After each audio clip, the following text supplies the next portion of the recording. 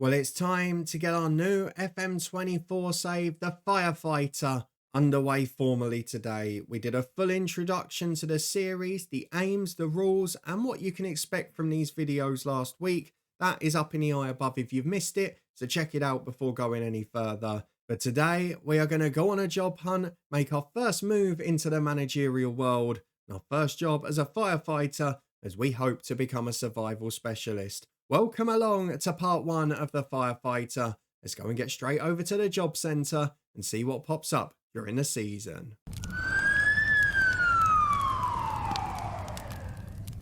Yes, hello and welcome along to Club 1, Season 1 from the Firefighter with me, Daniel. We are back for this FM24 save where we are looking for clubs in trouble that need us to help them survive and meet their objectives. As we've said before in the introduction, we are going to be looking for jobs during the season, which means certainly if we get a job in the first 3 or 4 months, it won't be in most of the European countries. And we're going to try and guide a club to survival, but there are going to be a few caveats to that as well. We must leave a club at the end of every season, so each episode will be dedicated to a new team.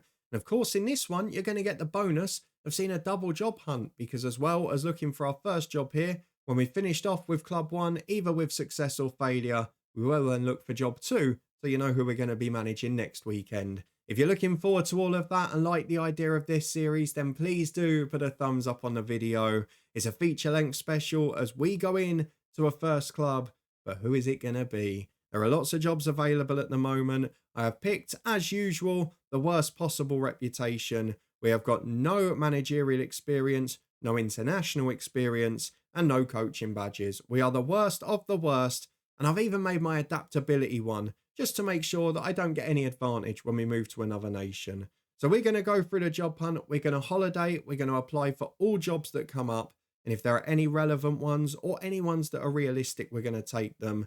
A quick caveat to say that if we do get offered jobs that are actually impossible, we won't necessarily take them. And of course, if we get offered ones, say like in England in the next month before the season's even started, we'll be rejecting those as well. They've got to meet the criteria of needing a survival specialist, needing a firefighter to keep them up. And hopefully we're going to find one that's appropriate, either in a winter to winter league in the next 3 or 4 months, or potentially we'll be around Christmas looking for a new club elsewhere. Let's go on holiday and wait for an application to come back, and we'll let you know what interviews we get offered along the way. We're back on the 18th of August with slightly longer hair for some reason here. However, we have only had one job offer during the pre-season, which was St Albans City. They offered us an interview, but of course that was pre-season in the English leagues. I don't want to be taking over a club with a pre-season and a whole year to get it right. I need to wait for someone to be in a mess. On the 18th of August, though, we have got a first job offer that might be a little bit more appropriate, because Naga UKS have offered us a job interview. They are 13th in the Malaysian Division 3 League. As we mentioned in the introduction, I mean it when I say we've got nearly everything loaded. The problem here, though, is that they are 9 points away from safety, which is possibly doable. How many games are there? Let's just have a quick look at the stages. We're going to have a look to see how many games we get. 24 matches, bottom place gets relegated. So 9 points, 8 games, it's possible. How quick are the fixtures coming? Because we need to know after an interview whether or not it's going to be likely. So unless we get offered the job probably before this game, we're not going to be able to take it, because we're not going to be able to make up 9 points in 6 matches, or what might be more by that point. But of course, we will attend the interview. We'll see how we get on. Not going to bore you with all of them. I will let you know as interviews crop up. The first one is over in Malaysia. Well, we're back around a week and a half later, and we are starting to get quite a few job interviews now, but a lot of them are lost causes, and we've got to be careful here. We don't just want to take a job where it's actually impossible in a bottom league. So Huddinge were the first on the 20th of August to offer a job. They are 14th in the Swedish league. They're 6 points from safety, so that one very happy to take. We've attended the interview. Not sure it's going to work out. Not sure if we've been rejected formally for it yet. Have they got a manager in? Just double checking. Yes, they have. So we were rejected for that one. The one the day after that we were offered was Tolo, again in Sweden, because they're a winter to winter league. That one we couldn't attend the interview. They've won none of their 18 games. They are 19 points from safety and 18 points from the playoff, which unfortunately with 8 games to go, is an impossible job, not one we're going to be able to do. And as I mentioned, it's got to be something that we can achieve. However, we have got another job interview today, and Tolo have gone and got their new manager now anyway, as did Naga UKS, who rejected us. However, we have now got an offer at Hassleholms to go and attend an interview, again in Sweden, this time in the Southern Second Division. But this one's a little bit more realistic. They are 5 points from safety with 8 games to go. Now, the slight problem with that is that they've got 2 games coming up in the next week and a half, which ideally I'd want to be in charge of at least the last 7. Because the problem we've got, if you look at the last 6 fixtures, and one of the things that's maybe worrying me about them is 4 of them are against top sides. So Kristiansand are top, Rosengard are third, IFK Hassleholm, I'm guessing, are rivals. They are in 5th place, and Noseby are in 4th. So there's a lot of difficult fixtures there. The next 2 are against ones near and around the bottom. So really, I'd like to be in charge of them, or the club to pick up points that are in with a shout. But that's a job interview that seems realistic as well. So let's go and attend that one. And hopefully there will soon be an offer to follow, because that one kind of feels achievable to me. Well, some big news following our Hassleholms interview, in which we are considered the leading candidate for the job, which means we might have a chance of getting it. However, we've got no offer yet, and they're already 1 day away from their first game, so we might miss out on the best opportunity to actually keep them up.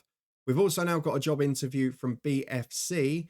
They are 10th in the Latvian league, a league I'd really like to manage in. However, same old problem as the other club that offered us a job about a week and a half ago. They are bottom with 3 points from 28 games. I don't think you'll be able to keep them up. Are they officially down yet? If not, it'll be happening very quickly. They were the relegation favourites. But yeah, just a little bit too much of a jump there. Not sure we're going to get the 18 points needed for the last few remaining games. I think officially it might actually be down by the time we'd got the job.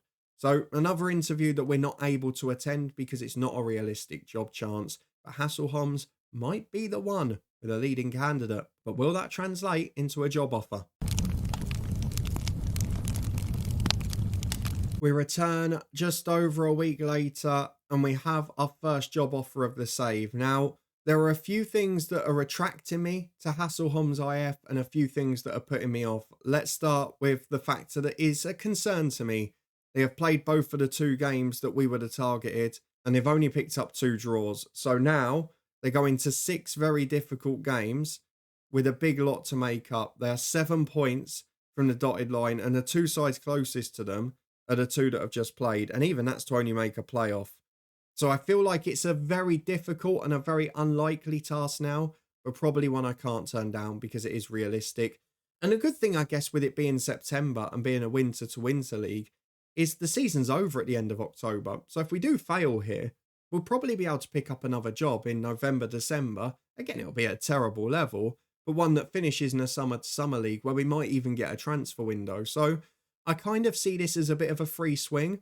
And when I add to that the club was actually expected to finish in the top half, if you look at the pre-season preview for the division, the club on paper is actually rated pretty well. It's a mid-table team. It's 8th place. It's in that sort of middle group with the likes of IFK Malmo, who will be playing next. But unfortunately, a few of the relegation favourites have had a very good year, which has made it difficult. They have got a bit of an imbalanced squad. There's not a lot of width. There's not a lot of defenders. And there are a lot of players that like to go forward. So I know it's probably a league where we'll have an open transfer book. It's a league where I can't imagine there's going to be too much in terms of wages. There's going to be too many restrictions on when you can sign players. But it is going to be a tough ask with very few defenders at the club. But I still feel it's worth a go. I feel that we've got a small chance of being a hero. And if we fail, other than possibly a sacking, we're not going to lose a great deal from it. So I'm going to start the negotiations. They're offering us 50 quid a week. They're offering us an extra year on the contract as well. So we'll get paid off a few quid if we lose out. Let's go up for 60 quid a week. Push up the relegation wage drop because we don't want to lose as much if we go down. Certainly from our severance pay anyway. We'll try and stick with 60 quid a week. And they've offered it. Our first move, our first club of this save is going to be Hassleholms IF of the Swedish 2nd Division South, which, correct me if I'm wrong, I think is the 4th tier of Swedish football. Let me just double check that to see where we are. We get past the 2nd divisions. There's the 1st Division North and South, then the 1st Division Elite and the Premier tier. So we are in the 4th tier of Swedish football, We're going to be joining Hassleholms in a moment. Let's go and get through the first day at the club, meet the players, the staff, the squad, and see what tactic we're going to play, because this is an uphill battle, but we'll have a go at it. We'll see how we do. Well, here we are. Hassleholms IF hire me as manager, an inexperienced 30-year-old, and we replace a previous manager who clearly didn't do very well. They're on a run of 6 league games without a win and bottom of the division, and it looks like an almost impossible task. Certainly an uphill battle, but we're going to have a little go at it. I don't feel there's much to lose. A big 1-star reputation, an assistant manager in, probably in this job, unfortunately, not going to have time to replace all the staff and get that sort of side of it done. But we are going to be able to, over the next 4 or 5 weeks, just try and have an instant impact. The facilities aren't the worst. The stadium's all right. Can't imagine the attendances are massive. Runners up in the 4th tier in 2021 and won the 5th tier in 2012. So they've been used to being a 4th tier club. That might be ending this season if we can't do something special. That's the best 11 recommended in a 4-2-3-1. We'll look and see if that tactic is ideal in a minute. The club want to record a top half finish. In fairness, they did say in the interview that they would now just like to avoid relegation. But whether or not we can achieve that, I don't know. Let's go through to the next page. The fans want the same. So really, they're a decent club that's had a terrible year. The question is, have they got enough in their squad? Because defensively, they looked so thin on the ground. Going forward, they look like they've got a few stars.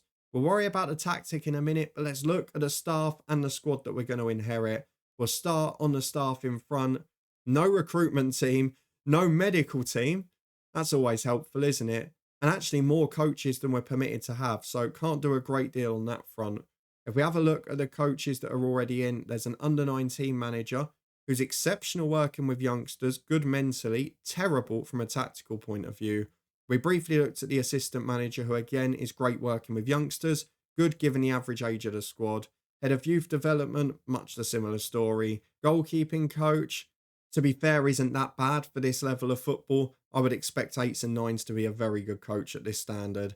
And then Anders Carlson, great working with youngsters. The rest is abysmal. But he's been here for a long time, so he's obviously a club legend through and through. Let's have a look at the youth teams. Are there anyone about? Have we even got a youth team? We've got 1 young goalkeeper, 1.5-star ability. Oh, I hope he's not here first team level, because I've just seen that our senior goalkeeper is 2-star, and if he's not much better than that, staying up might be tricky. Let's hope the first team is a little more balanced, because if we go and have a look at the players in report order, in fact, we'll get them up with their full general info. You can see what I mean straight away. There's 1 very good defender on the books, but otherwise, loads of great attacking stars and not a lot at the back. Now, that kind of plays into our hands a bit, because given the fact that we're 7 points from safety with 6 games to go, and we're going to be playing all the top sides, there is no point me with that defence sitting in and trying to get results. So I think we're just going to go for it. Try and get the attacking stars in the right areas and see if we can pick up a few wins, try and outscore the opposition. As I've mentioned, it's a bit of a free swing, but there is no point us trying to set up a disciplined 1-0 victory side here, because it just ain't going to happen, is it? The goalkeepers we've got, I mean, let's look at some of the stars. The first choice goalkeeper is on loan. He's okay. I mean, I'd say he's more than half a star better than the other one, but he's good. He's got a good jumping reach. The rest of his game is average. The backup keeper, not so great. Defensively, the 1 superstar is Anton Brantin. Now, he's actually very good. I'd argue he's National League standard if we're going into England, and you wouldn't get that for 15 quid a week in English football. He's only 5'11" and he's not the best in the air, so it also takes away some of that big set piece threat we would usually employ. But he's played for the club a number of years and he's done quite well. Just this season, he's not got anyone alongside him of any decency. So, I mean, look at the ages. There's no one over 24. The next one is Arvidsson. What are you like? Not great. I mean, we're talking about 8s across the board there. The other youngsters, he's even worse. The fullbacks, I mean, we've not really got anyone who can play wide. Oscar Vidmark, he's all right. I'll leave it at that, but he can't really defend or attack. It's just physically he's okay. Salimi is the only player there who can play left back. He's not natural at it. He's a midfielder, but he's going to have to be left back unless we can sign somebody. Probably have a little look to see if we can find a fullback in the next week or so. But of course, there's no recruitment team here. And that's why I mentioned about not using staff search or anything, because I wanted to have to sign a player blind now. In 6 days, we're not going to get scout reports. We're not going to get scouts employed and looking at people. So do you know what? Let's just try and sign a couple blind, see what happens. Albin Anderson is one of the best players at the club, but 1 yellow from a suspension. He is 4.5 star. Again, a bit like the defender we looked at the start. A proper good National League level player can cover at fullback in an emergency, but if we've got a player that good, I like to get him in his best position ideally and trying to work forward from midfield. Alongside him, we've got a 19-year-old 3.5 star. Yeah, good player. I like them as a duo. He's a bit more of the playmaker type, good on the ball, likes to sit a little deeper. 22-year-old Osmanov is a backup. Yeah, if we need to, we can play him. The right winger, don't know who that is. How long are you injured for the season? No point even looking. There's another youngster there who's not worth looking at, but Lucas Johnson, 3.5 star right winger. Okay, oh, he's left-footed. That's a bit of a pain. I was kind of hoping we'd have a big striker and then we could just get into the byline and whip crosses in. He's naturally going to want to come back. I mean, he's a good corner taker. That might be a positive if we've got someone with height. The next best player at the club is Jonathan Nilsson. He is a 21-year-old jack of all trades by looking at his position. What's his natural one? Number 10. Okay, he can't really pass the ball, but he's quick. He's 6 foot. He can run all day. He's good off the ball. Probably a good shadow striker, is he not? Whether we can get forward enough to make him a useful part of the squad, I don't know. But I do like the look of him. We've seen Anderson and that holding midfielder are good. So we could play a 4-2-3-1 if we've got the other players to do it. 2 centre mids and a number 10. And he has scored 5 goals this year. So he is a bit of a threat, if nothing else. We've also got Philip Fresh, a 20-year-old winger. He's okay. Maybe an impact sub. Lim Bjork, probably the same, although he's got decent core attributes. I just don't think he's that good. There are 2 more superstars though, so let's get the 18-year-old striker out the way. Oh, I like him. He's a good finisher, good off the ball. Probably can do the essentials off the bench if we need a late goal. But Theo Ekstrom's the man. It says a target forward, 24, 4-star ability. Yeah, we'll take that. Only 6 foot on a dot, but good jumping reach, good physically, he's quick enough as well. Penalty taker. Finishing and heading, he's brave, he's good off the ball, and he works hard. That could be a very decent player for us. He's earning half the amount of that 18-year-old we just looked at. And he scored 1 in 2 for the club over a couple of seasons. So Ekstrom as the target forward. Looking good for a 4-2-3-1, as long as this Bermudez is naturally a left-sided player, which it's suggesting it is. He's a left winger and a striker. 6'1", jumping reach 15. So my 2 options here are to play him as is stated, which is a wide target forward, or to go 2 big target men up front and just try and bombard the box. I think for the balance of what we've got, a 4-2-3-1 would work better. But I would be half tempted to throw Nilsson out to the left and get Bermudez in the middle. I think though we're going to stick a bit more traditional here, especially with it being a free swing. Let's get people in their best positions, get them confident. He's not really played a lot of football, not scored a goal yet. That might be a concern, but definitely a good player and a bit of desperately needed height and jumping reach late on. So it's very clear what we need to do. There's a very good front 6 at this club if no one gets injured. But defensively, they're a mess. There are no fullbacks of note. The centre-halves are few and far between. And there's only one good one. So I've got to try and find my way to get fullbacks without any level of scouting knowledge at the club. Can't imagine, there's nothing there. And they're under the wage budget as well. So it's going to be quite difficult to get someone in. I think what we might just have to do is get through to the transfer targets, go for a right back and a left back, and see who we can find as a free transfer. There are a few players popping up, but the problem we're going to have here, particularly with this realism, is that we're not going to be able to get any sort of attribute basis for them. We can look at who they're wanted by. We can look at who they've been at. I don't think we can do much more than that. I'm looking at people about here. So who have they been at last? Skövda. They're in the 1st Division Elite. So I'm looking at him. He's played in the 3rd and 2nd tier the last 3 years. Maybe he's someone we can have a look at, for example, because it says he only wants to be a fringe player. I mean, it doesn't really matter for 6 games. And again, this is the beauty of this save for us, and a different way of thinking to what we've done before. Might not be possible financially. We've not got to worry about the long-term implications on the club. We've just got to keep them up. So if we can get someone like that in, we'll stretch the budget as much as possible. Then brilliant. Does well for us. So that's sort of the way we're going to work. We're going to get through to the fixtures. We're going to play 4-2-3-1. I'll show you what we're doing tactically the first couple of games.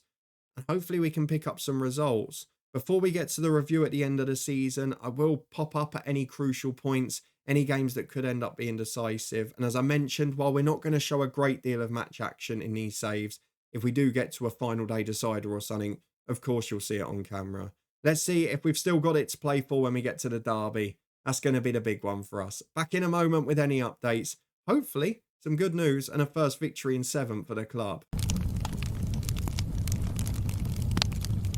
Well, we return with an update 3 games into our 6-match tenure, and unfortunately, we have got no closer. We are now in must-win territory. We've only lost 1 of our 3 games in charge. That was against top of the league. And you know what? We've been really competitive and we've played really well. But in our last game, we have just had the sucker punch and the moment that ultimately I think will lead to us failing in this series, because realistically, we should not have been bottom of the league coming into this game, and we should not have been in must-win territory. Let me go and show you the transfer news first before we have a look at what just happened, because I had bought in 2 players, and one of them you saw in the last part of the update, which was Oscar Hassleholms. We took a little bit of a gamble. He's not great, considering he was playing in the 3rd and 2nd tier. Showed us there's probably not a lot between the clubs at these levels, but he is a slight upgrade on what we've had. He's played 3 games, he's got an assist, and actually he's been a decent player. It's also allowed Vidmark to move over to left back, which means we've actually got 2 defenders in the squad, something that we're not usually going to get, and I didn't expect to have when we joined the club. We also then bought in a 16-year-old right back as well, who looks like he's got plenty of talent for the future, but his natural fitness is abysmal, so starting him is pretty much off bounds for now. So they're the 2 players that came in, one immediately to try and help our squad, and the players that had left during the season probably shows where our weakness is, because we lost a player who could play left and right back, and we lost a pretty decent centre-half to a much better team for an undisclosed fee. I've got to show you this though, because this is where our success levels have hinged, and it is the last game, and it just fell away. We lost narrowly to the league leaders, Christensen, and actually that 18-year-old striker off the bench got a couple of big goals. We then got a decent 1-1 draw at IFK Malmo, who are 10th in the division. Yes, you could argue we needed more, but it was a good effort. At home to VMA though, one of the relegation favourites pre-season. They've had a great year. But have a look at this game. Have a look at how it panned out. We were 2-0 up. We dominated the match. We've been playing really well. The tactical style has worked. Ekstrom got a goal. Johnson got a goal. We played great. But then we fell apart in the last 10 minutes. It's a confidence thing. And it's not even that I tried one style and it went wrong. So we stayed aggressive at 2-0. I thought, look, with our team attacks the best form of defence, we're letting the goal in the 81st minute. I then went Osmanov on in a holding role, Salima on in a holding role. We went 4-3-3 with 2 holding midfielders, still managed to throw it away. So we tried the stay on the attack mode, we tried the defend and see out the lead, and neither of them worked, which is why I'm a little bit deflated, because if we'd won that game with the manner of the performance as well, we'd have been off the bottom, 5 points from safety, and I'd have really fancied us going into the last 3. As it is, it's now pretty much an impossible job. 4 draws out of the last 5 for the club, no wins in our first 3 games. Could it happen that we fail and get sacked from our first club without even winning a match? Might still be looking at the first win of our career when we end up leaving this football team. Let's hope we can change that next weekend. A quick look at the tactic as well to see what we're doing at the moment. We've not been able to do too much on the staffing point. We've only actually bought in a physio. There's not much room for wheeling and dealing elsewhere. The physio's terrible as well, but we needed to have one there. The tactical style though, a 4-2-3-1, that sort of inside forward for Bermudez, because the target forward thing just didn't work. We're basically trying to get the play down the right, with Hagland and Jonsson down the right wing putting crosses in, Anderson trying to attack the near post as a box-to-box, Ekstrom attacking the back post as a target forward, and then Nilsson and Bermudez converging as well. And it's really worked for creating chances. Bermudez has missed loads of headers, and the problem we've seen is that, yes, his jumping reach is 15, he's great as that target man in the box, his heading 7, so he's winning all the headers and he's missing the target. Ekstrom, 12 for jumping reach, winning a lot of the headers, only 10 for heading, missing the target a fair bit. And that has unfortunately cost us. We've played okay. We've done decently. We've been far more competitive, as you've seen, but that last game, I'm afraid, it is the final nail in the coffin because we're just not going to come back from that. The manner of it and how it's gone, we're going to need a miracle in the next one. Let's see if we get it, because today we go to Rosengard, who are third in the division, are battling at the top. They are 6 points away, and they're trying to keep their hopes alive of getting into the promotion playoff. So it's going to take one hell of a performance to spoil the party. Hopefully the pressure's really on them, because otherwise I don't see how they fail here. Well, I've got to tell you, I'm actually mortified. Less than 2 hours later from my last update, and I am, as you can see, unemployed, which means the worst has happened. We have been sacked by Hassleholms. They have decided to terminate our contract. We feel the squad is strong enough to have avoided relegation, and we do not believe you are the right person for the task of bringing us back up. That's because the club will fall out of the division. And you can say, it says we had 3 games. We had 4. We just had the last match. However, I've got to show you what happened, because I mentioned about that moment in the 3rd game in charge. And I don't want to go on about luck, and I don't want to go on about what might have been and those fine margins. But we had that last game against VMA. This one is even worse. You've seen the winner went in the 90th minute. But look, we were the better side again. Ekstrom missed a penalty in the 83rd minute. And then we conceded in the 90th because we had to chase the game. If that penalty goes in and we don't concede the 2nd goal last week, we pick up 6 points instead of 1. The club would be on an extra 5 points on 21, 2 behind with 2 games to go. They are the margins we're talking about. We just couldn't quite get it over the line. I'm actually pretty optimistic based on what I saw, and I know it seems a weird thing to say, but we played really well in all 4 matches. And we only lost the last one because we really went for it. If I'd preserved my record, we could have got the 0-0 and said, oh, we only lost 1 game. But the fact of the matter is, after 4 matches, we are sacked, we've got a relegation on our CV, and we are still yet to win a match as a manager. So a pretty bizarre stint at the start of our club.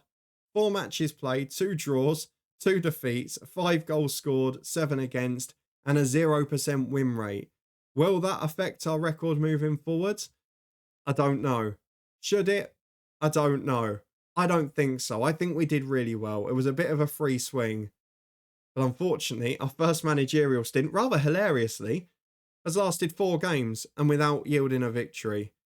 Let's go and have a look at the job centre at the moment, because now I guess we basically go back to the initial plan, which was wait until around late October, November, when clubs start sacking their managers and seeing those general summer to summer seasons, whether or not we can get a job.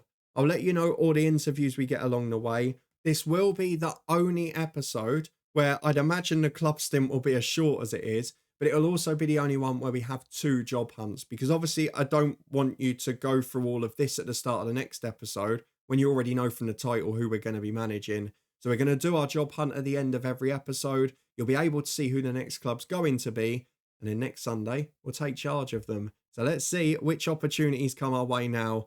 I'm not sure there'll be too many coming calling from Swedish football. Let's see where the next offer's from. Will it be Scandinavia again? Will we be moving elsewhere? Let's see what comes up.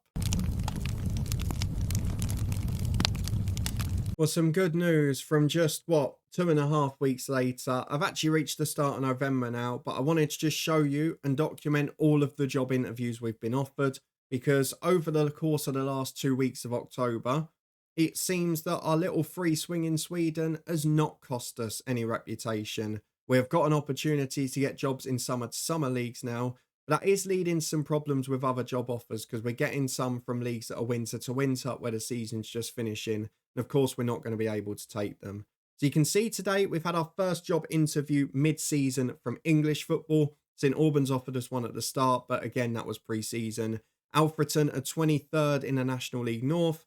They're in real trouble, but it's tight at the bottom. So if we can go in and save a club at the bottom of English football, then brilliant. I have no restrictions on where I want to go. The day before, we also had an interview offer from Putchov, which we attended. Now, that is one where the club has started really poorly in the Slovak 2nd division.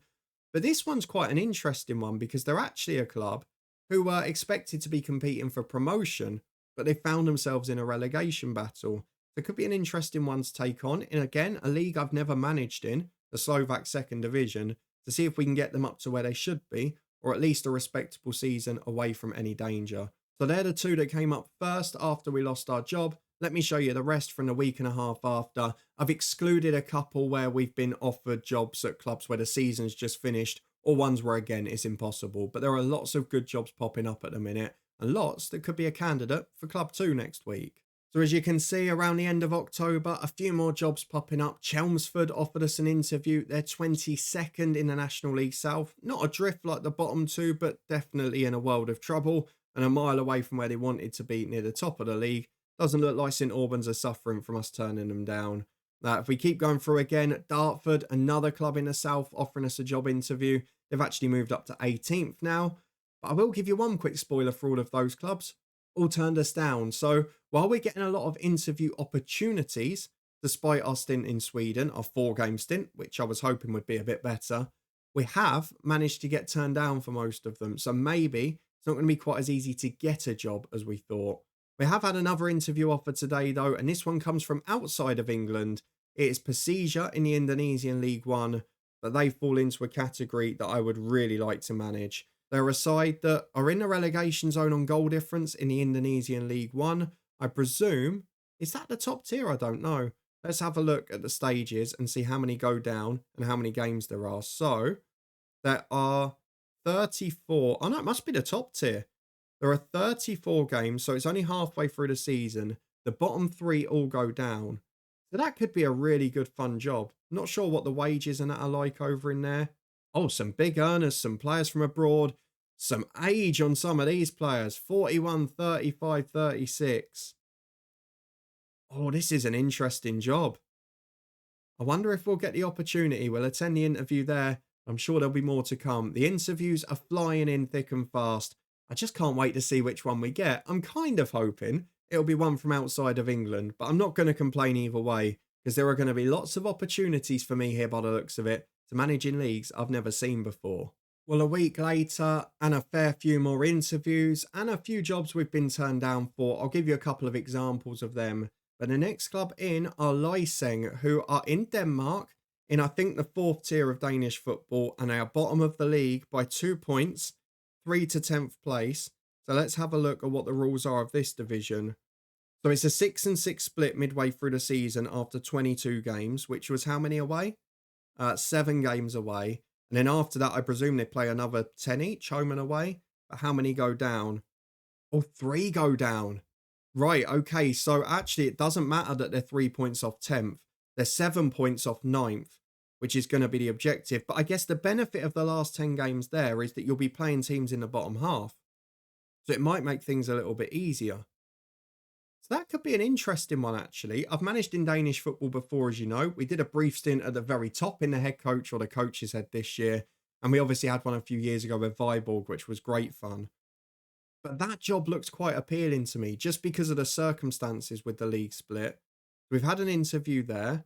We got rejected, as I mentioned, for the English jobs. Chelmsford, Dartford both turned us down almost straight away.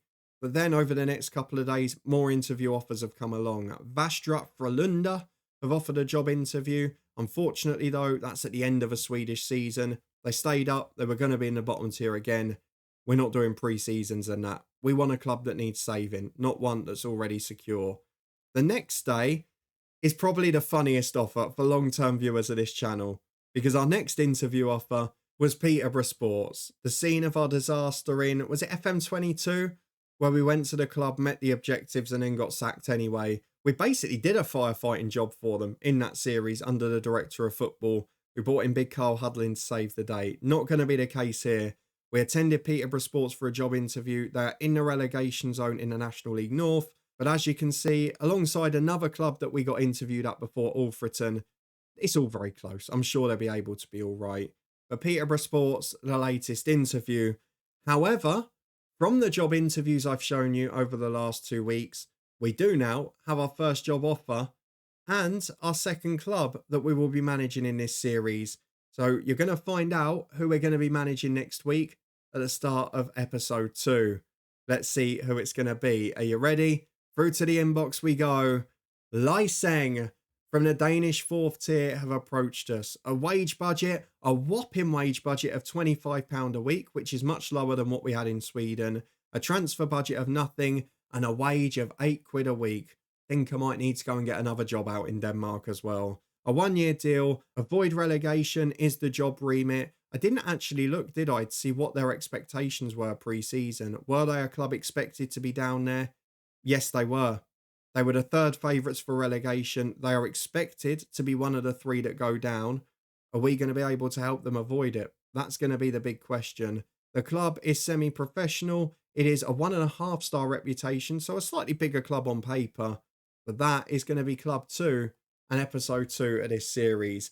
Probably not the usual episode that we've seen today, partly because of the double job hunt, just because we had to look for our first job at the start, but also because I don't think most of our stints, as much as we may succeed or fail in some, I don't think most will last 4 games. It was a little bit of a free hit to get me in the rhythm of the save, but the good news is it did prove to be that free swing I predicted, so it hasn't cost us the chance to get other jobs. We have promised to keep a director of football here. We have promised not to make changes to the backroom staff in terms of sacking people, but we will add where there are vacancies. And we're going to have a chance here to be active with over half a season in a transfer window as well. So this is a real chance for us to dig our teeth in, get ourselves stuck into a job over a sort of 15 to 17 game period, try and get a club out of trouble, try and do a bit more work off the pitch to improve the club. So you're going to see a lot more from inside Lyseng in the next episode than you have in this one from Hassleholm. If you did enjoy our first look at this series though, the first club and of course the first failure and sacking, and please do put a thumbs up on the video. Let me know what you think we'll do at Lyseng. Can we keep them up? Are we still 7 points away? I think we are. 7 points behind with essentially 17 games to go, including the split. Will this be the club where we can kick into gear and save them? We'll find out all about them next time as we look through the club, pick a tactic, pick out some key moments, try and do a lot of work off the pitch. And of course, at the end of the season with Lyseng, we will look for Club 3 next week as well. That one will be out next Sunday evening, so if you're looking forward to it and you don't want to miss it, subscribe and turn that notification bell on. I've got to say, looking at this save and the way we're playing completely differently, all short-term view, no long-term planning, it is really making me think differently about not being sustainably, but just self-preservation. And I'm really enjoying it so far, despite the fact we got sacked in frustrating fashion. Hopefully over 17 games, if we can play the same football, we will be able to get a few more results there.